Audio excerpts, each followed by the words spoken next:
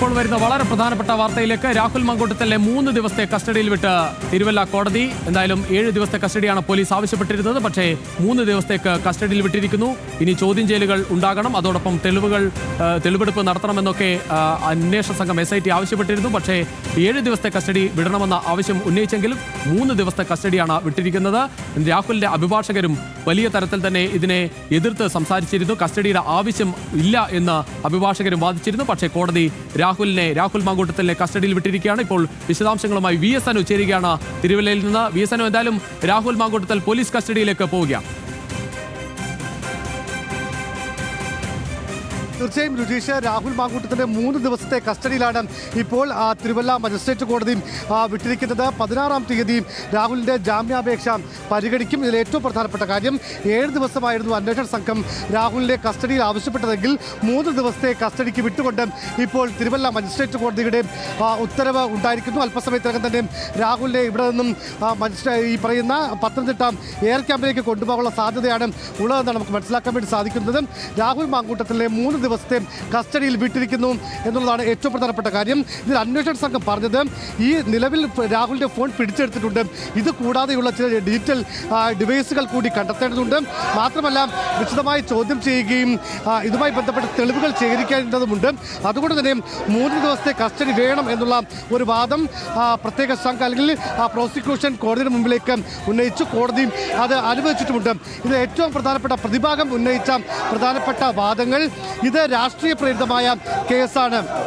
മാത്രമല്ല ഈ പറയുന്ന അറസ്റ്റുമായി ബന്ധപ്പെട്ട നടപടിക്രമങ്ങളൊന്നും പാലിച്ചിട്ടില്ല എന്നുള്ള കാര്യങ്ങൾ ഇന്നിപ്പോൾ അന്വേഷണ സംഘം അല്ലെങ്കിൽ പ്രോസിക്യൂഷൻ കോടതിയുടെ മുമ്പിൽ വെച്ചു. പക്ഷേ അതിനെയൊന്നും അല്ലെങ്കിൽ പ്രതിഭാഗത്തിൻ്റെ അത്തരം വാദങ്ങളൊന്നും അംഗീകരിക്കാതെ ഇപ്പോൾ 3 ദിവസത്തെ കസ്റ്റഡി അല്ലെങ്കിൽ 3 ദിവസത്തെ കസ്റ്റഡിയിൽ രാഹുലിനെ വിട്ടിരിക്കുന്നു. ആ വാർത്തയാണ് ഇപ്പോൾ ഇവിടെ നിന്നും പുറത്തു വരുന്നത്. രുചീഷ്, VS അനു, എന്തായാലും ഈ കസ്റ്റഡിയിലേക്ക് വിട്ടു എന്ന് പറയുമ്പോൾ തന്നെ നേരത്തെ അടങ്ങിയിരുന്ന ആ പ്രതിഷേധം വീണ്ടും തുടങ്ങിയിട്ടുണ്ട്.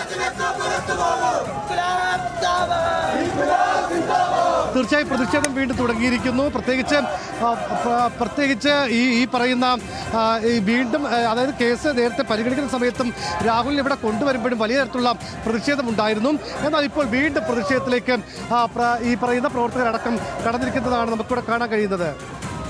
VS അനു, എന്തായാലും വലിയ പ്രതിവാദങ്ങളാണ് ഈ കോടതിയിൽ നടന്നത്. കാരണം രാഹുൽ ഏത് തരത്തിലാണ് ഇത്തരത്തിൽ റൂം ബുക്ക് ചെയ്തത് സംബന്ധിച്ച കാര്യങ്ങളൊക്കെ ഈ അറസ്റ്റ് നോട്ടിൽ ഉണ്ട് എന്ന കാര്യമൊക്കെ സൂചിപ്പിച്ച് ഈ പ്രതിഭാഗവും കുറേ കാര്യങ്ങൾ അറിയിച്ചു. പക്ഷേ കോടതി അതൊന്നും മുഖവിലേക്ക് എടുത്തില്ല. നേരിട്ട് ജാമ്യം നൽകുന്ന കാര്യങ്ങളിലേക്ക് കടന്നില്ല. കസ്റ്റഡിയിലേക്ക് തന്നെ വിടാനുള്ള തീരുമാനം തന്നെയാണ് കോടതി എടുത്തത്.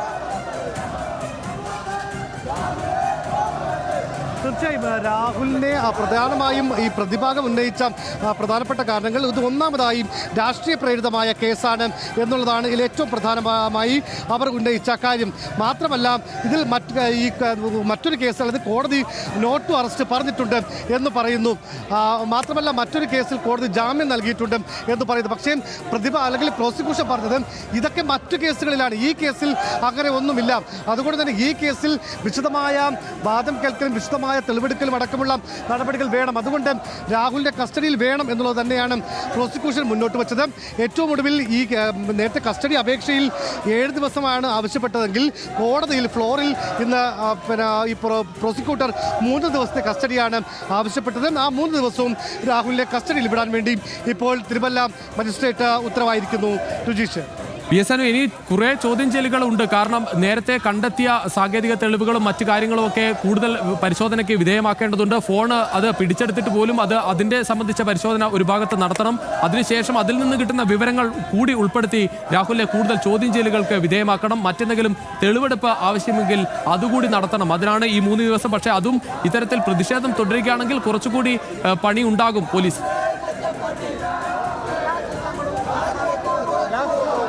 ഇവിടെ നിന്ന് കൊണ്ടുപോകുകയും പോലീസ് അത്യാവശ്യത്തിന് പോലീസൊക്കെ ഇവിടെ ഉണ്ട്.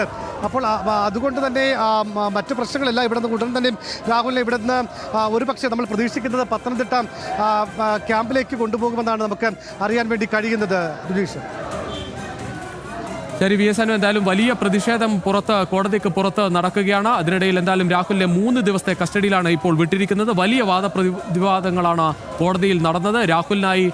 രാഹുലിന്റെ അഭിഭാഷകർ നേരത്തെ തന്നെ പറഞ്ഞു MLA ആണ്, കേസുമായി സഹകരിക്കുന്നുണ്ട്.